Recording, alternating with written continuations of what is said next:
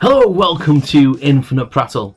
On this episode, I'm going to be talking about living the life of a millionaire. Hello, and welcome to Infinite Prattle! unscripted, unedited prattle on everything, hosted by me, Stephen. Listen, like, share, and subscribe, and enjoy the show.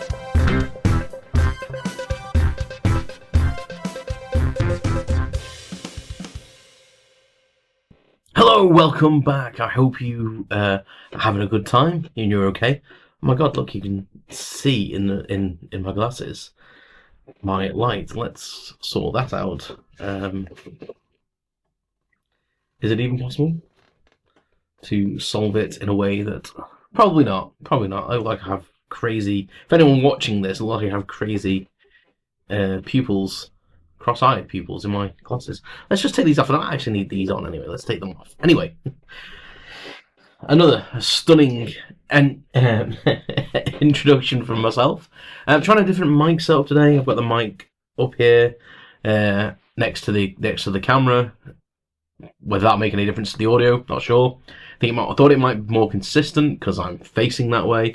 Unless I do this and turn away, which I might. We'll see how it goes. I'm only using one phone today to record, one camera to record, and the main reason for that is, it's twofold really. Firstly, I need to create quite a few episodes, so I need to bang them out quite quickly. So I'm trying to get ahead of the game a little bit. So the two camera thing and the setup for me is a little bit longer in the editing. Plus, my MacBook Pro is having a midlife crisis, and its memory's not very good at the moment. Basically, what I've done is put too much shit on it, and it can't really cope with the editing process at the moment. So I'm trying to be easy on it, and only having one camera to kind of render and stuff is helping it. So hopefully going to sort that.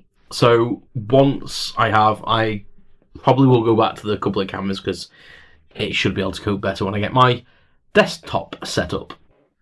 Anyway, I hope you're well. Thank you for joining me. If it's your first time, welcome. Infinite Prattle is where you've landed. I am Stephen, and we're approaching 5,000 downloads from podcast platforms. So I'm really grateful.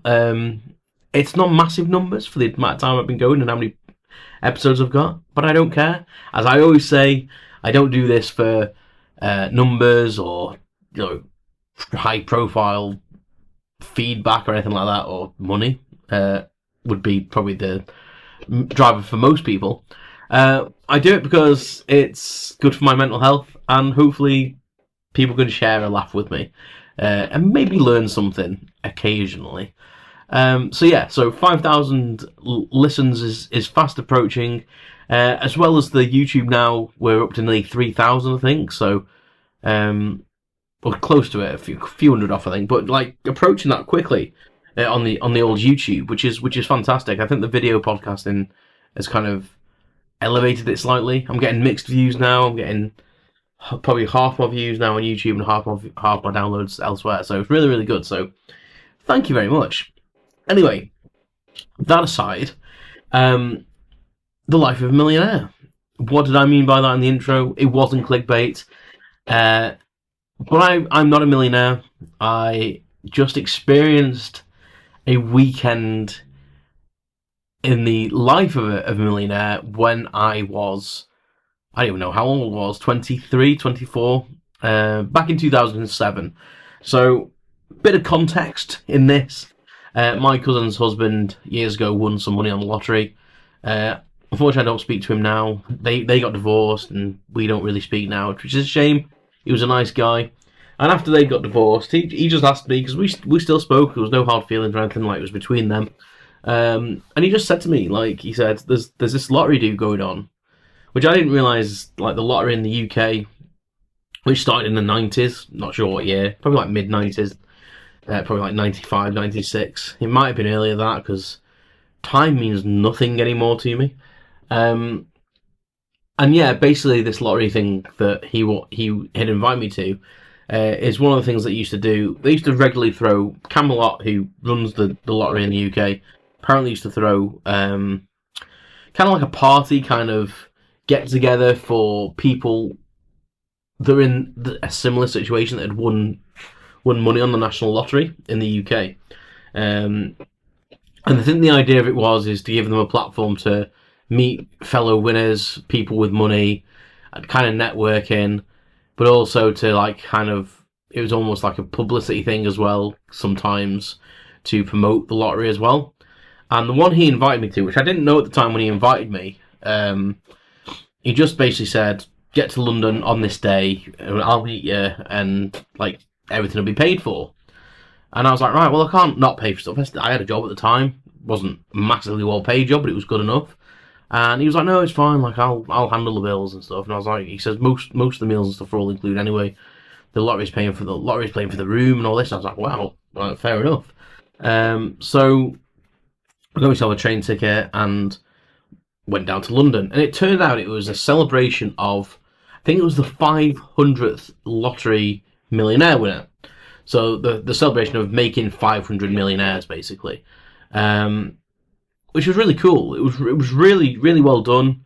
I think we were there for 3 nights. It was either 2 or 3 nights. I can't quite remember. It was a while ago. It was a bit of a whirlwind, if I'm honest with you, because when he invited me, I didn't really have a dinner suit, and he basically said, like, you've got to come, like, smart casual for some of the stuff, but there's one night is literally black tie, so you've got to have a proper dinner suit. Have you got one? And I was like, I've kind of got one, but it doesn't really fit very well. It was my granddad's, and he left it to me when he died because I was a similar size to him, even though it was a bit too big for me.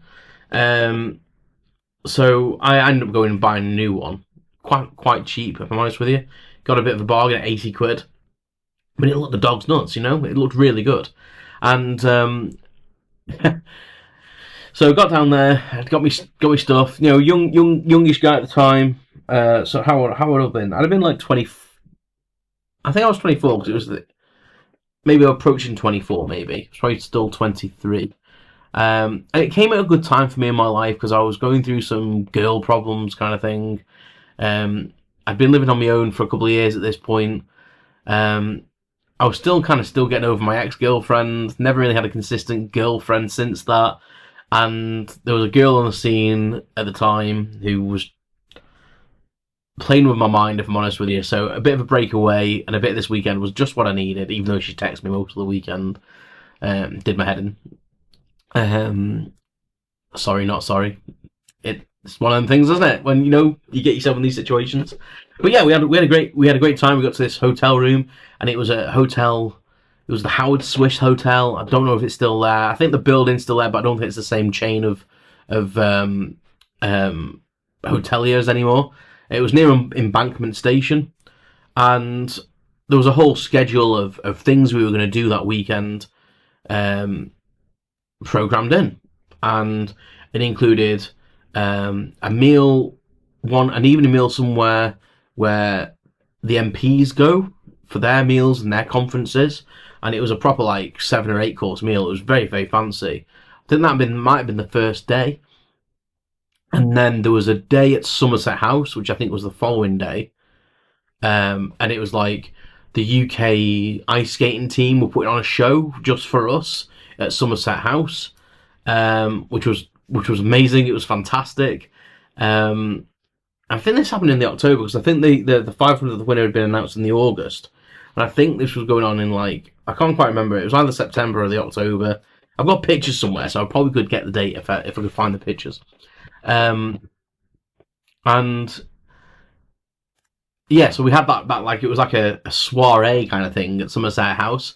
It was like a small buffet, champagne, cocktails, and then the ice skaters put the show on for us, which was amazing.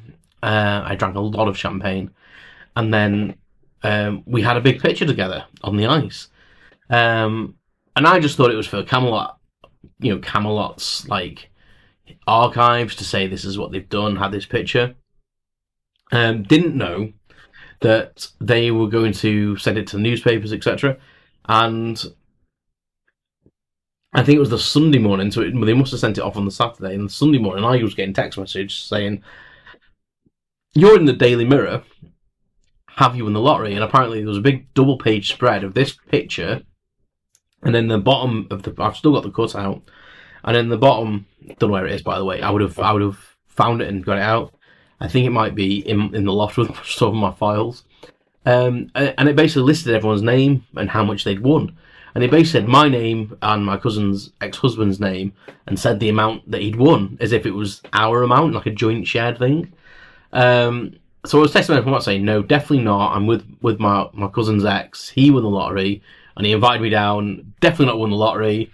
Don't know what to say. That last end of story kind of thing.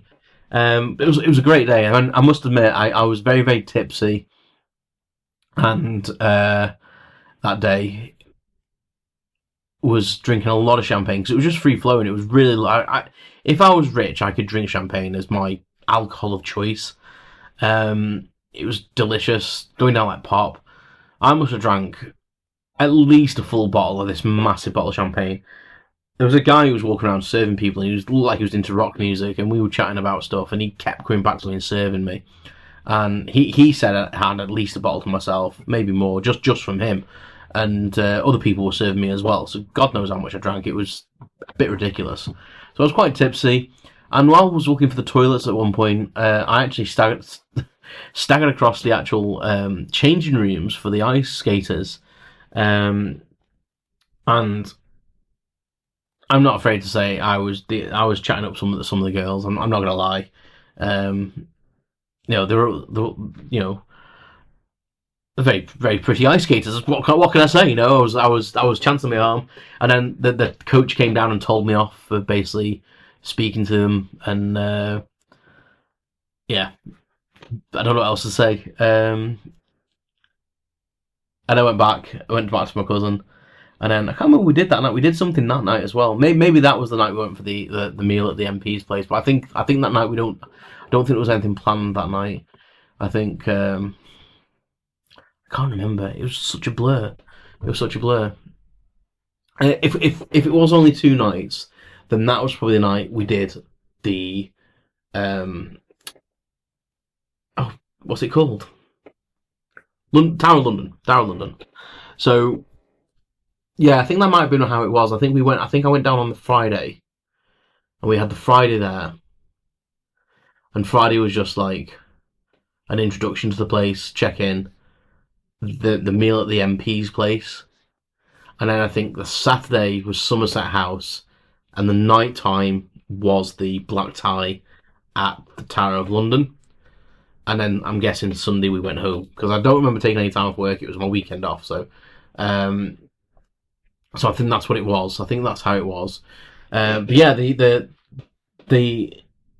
Tower of London thing was amazing.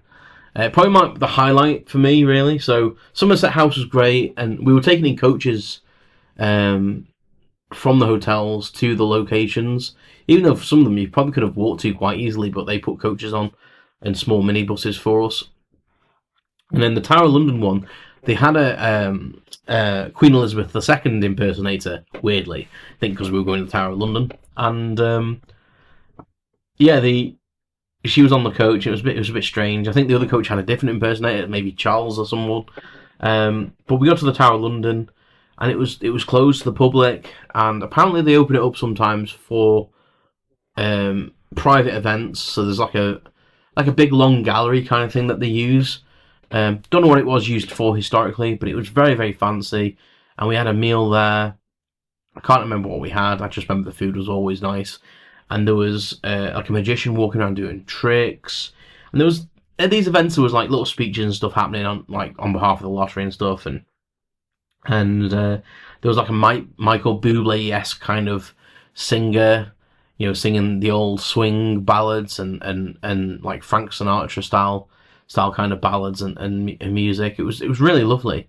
And we also had, which apparently is like reserved for like dignitaries, but we had a private showing of the crown jewels, which is super unusual, and probably one of the highlights of my life, really. And that sounds weird, but like it's something that people don't get. Like they don't normally go see the crown jewels.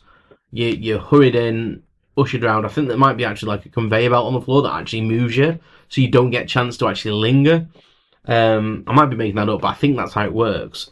But that night we went in, we were free to... They didn't keep us in there very long. I will say that we were still time restricted, but we were free to walk around, and we could stand and look at the crown jewels, and it was quite a thing, to be honest. I'm a royalist. I like the royal family, and yeah, it was quite a thing to be able to do that. Entering almost this vault where all this illustrious, priceless, let's face it, stuff's kept. And yeah, it was such an experience that was. Yeah, and everything was free. Everything was free. The only thing we had to pay for while we were there was like extra stuff in the hotel. So anything we wanted extra. So if we wanted extra stuff at breakfast, we had to pay for it. But we got basic stuff free, including in the room. But if we wanted any extra stuff, that was on top. And obviously anything we wanted, like sundries, just like, you know, if we wanted a bottle of pop from the shop, obviously we couldn't submit an expenses form. But yeah, all the food and stuff at the MP's thing. I can't remember what that place was called. But that was very fancy, and it was proper waiter service. And say it was like a 7 or 8 course meal. I'd never really had like a meal like that where you get little tiny dishes, all super rich and super tasty. And I was thinking, I'm going to be starving. I'm going to end up going to McDonald's or something. But it was incredibly filling because it was so rich. And I think it was like maybe the Saturday night after the Tower of London experience, we went back to the hotels, dropped off at the hotels, and we kind of just went to the bar, and the bar was very expensive, was very, very expensive.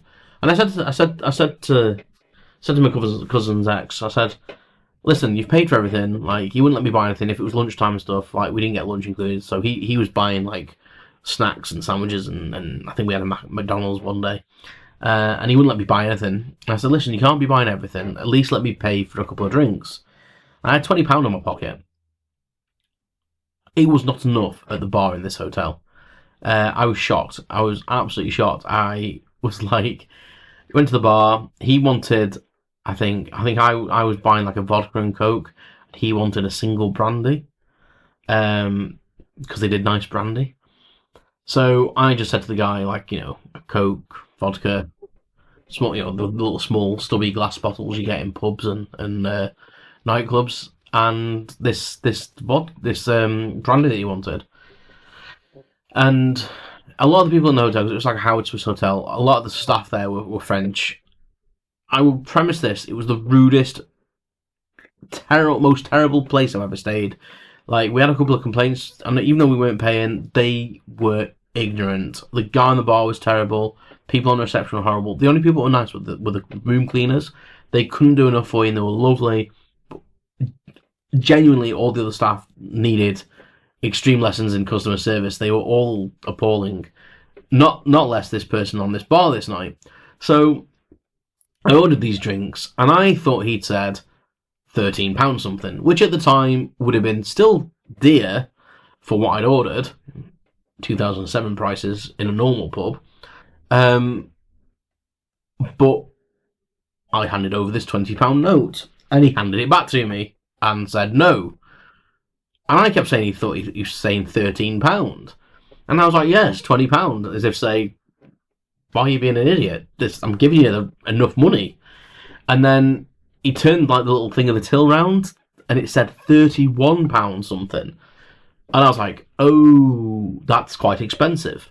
So apparently, my vodka and Coke was something ridiculous like £13. And my cousin's ex, his brandy was like £18.50 or something stupid like that for one shot of brandy. So, embarrassingly enough, I begged him to let me buy these drinks, and I had to walk back to him and go, can I borrow a tenner? Because I had a couple of quid in my pocket in change. And he was like, why? I was like, that round's just come to £31. He was like, what the hell? Because he was just putting it on his room. He hadn't actually seen the price of anything. He was just putting everything on his room. And I think he was thinking then, Christ, like, my bar bill's going to be big. Yeah, so I was gutted he had to give me a tenner. But as far as the people that were there, they were all pleasant enough. There was a couple that had won the lottery and basically not quit their jobs. Like, power to you if you've got a job that you love. But they not moved house, they not quit their job, and they almost came across to me as if a little bit boring, if I'm honest with you. They hadn't really done anything with the money, and I was just like live a little bit, like go on some more holidays, like, you know, live your dream. But they seem quite content, which I almost want to say, give me the money. It's not that I'm not content in life, but I could do so much more if I had that money. But I would say the nicest person there was this guy who he was just down to earth. He was a Cockney. I can't more towards Essex way, but I don't want to offend any people in London. But he was more down towards Essex, I think. But he was like on the verge of Essex and London, like somewhere like Ilford, Romford kind of area, I would say. Not sure where he was from, but like kind of that area kind of thing. And he was lovely, really, really down to earth. And the whole weekend we were there was a rumour that the person that had won the biggest jackpot in the lottery, which I think at the time was like 80 million or something like that, was on that kind of party invitation list. And everyone was questioning it. And I must admit, I got some new clothes and wanted to go down and look fancy. I didn't want to look like shoddy or anything. And people kept asking me, especially when I wore my dinner suit, if it was me. Because they were like, oh my god, this dinner suit looks super expensive. I was thinking it was 80 quid. And they were all thinking I'd gone to some designer and had it tailor-made. Which, kudos to the people that made it, to make it look that expensive. Thank you very much. Like, I was getting loads of compliments. And my cousin's ex basically said to me, everyone thinks it's you or us that have won that big, massive jackpot. And I was like, seriously? They were like, yeah. And I was like, that's really cool. So I just went with it. So when anyone asked me a question, I didn't deny it. I was having a good time with it, to be fair. And I thought if they want to believe that, they can believe it. I wasn't like misleading them saying, yes, I have won it. But when they asked me about it, I was like, oh, I don't like to talk about money. Thank you. And that was fueling the fire. So it was a bit of fun, really. But it turns out that this guy that was really down to earth and probably the nicest person there, just really, really friendly, he told us that it was him. And I thought, well, it just goes to show, they say money changes you. And he was still of the ilk. We were chatting about the expensive things. Like, he was there when I bought them drinks, and he was like, that's ridiculous. Like, bloody nearly 20 quid for a shot of brandy. And he was very frugal, and he'd been brought up working class, and he still had that ethos, even though he had like £80 million in the bank, or whatever it was. 75 million or something like that. I don't know. Whatever the jackpot was, a huge jackpot. Whatever it was, he was still frugal, and he said he'd bought a nice house and bought a nice car and stuff like that. But he said he wasn't like going over the top when he went out. If something was in his eyes too expensive, even though he knew he could more than afford it, he didn't want to buy into that culture of I've got the money, so I'll pay it. He still was of the mind of, no, that's not what an average person could afford, so I'm not paying it. And I was like, fair play to you, man. But I think having got a little bit older and worked as long as I have now, I'm probably now the age he was back then. So I would say he was probably like in his early to mid 40s. And I think I'd be the same to a degree. Like, I wouldn't want to spend excessively on stuff just because I have the money. It was such an experience. It was such a great weekend. I'm sad that I don't speak to him anymore. He gave me that experience, and I don't think it was anyone's fault. Sometimes, families break down a little bit like that, and then people drift apart. I have no bad feelings towards him. I don't know why we kind of stopped talking, kind of thing. Maybe it was just the whole thing with the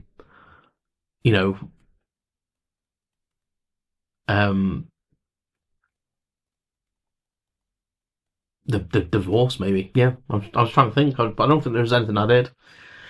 But I hope not. But yeah, it was just a lovely weekend. Loads of happy, fun memories. Got a few random pictures. Had experiences that I wouldn't have had anywhere else. And just a really, really good time. So yeah, I'm going to leave it there. I don't think there's anything else to say. What would you do if you won the lottery? I think I've spoke about this before on the show. I should really check. I never do I? You know me by now. Yeah, I think that it's one of them things. Would you change? Would you stay the same? Would you attend these lottery things? I'm guessing they probably still do them. I'm not sure. Would you attend if it was still a thing? Would you want to go and hang out with other people that won the lottery? I don't know whether I would. I don't know. It was partly pretentious and partly nice. I don't know. Oh, by the way, the hat I'm wearing today is Nigel and Marmalade. I'm not sure. I don't think I've worn this one before. This is also a YouTube channel. Go and check them out. I can't remember the chap's name, so just Google Nigel and Marmalade and you'll find it. But there's little videos. They're a bit weird and a bit out there, but they're hilarious. Very much my kind of humour, really. So yeah, go check that out. I feel like I'm promoting YouTubers recently because on the last one I think I was wearing my Ghost Theory hat. So yeah. Well, thank you very much for listening. Anyway, I hope you've enjoyed that episode with me reminiscing about my time attending a Camelot lottery party for lottery winners. I'm not a millionaire. I was trying to find the picture online, actually, and trying to find that story online. So I assume that it's 2007-ish, just because of what was going on in my life at the time. So, yeah. Yeah, that's it. I don't know what else to say. So I'm going to leave it there. I'm going to shut up. I ramble, I'm prattling, But thank you very much for listening. Like and subscribe if you want to. No pressure. It just helps out, algorithms, Yeah. But I'll speak to you again on the next episode. So yeah, take care of yourselves and remember to keep on prattling. Thanks for listening to Infinite Prattle with your host Stephen. Follow me on social networks at Infinite Prattle and don't forget to subscribe. Thanks very much.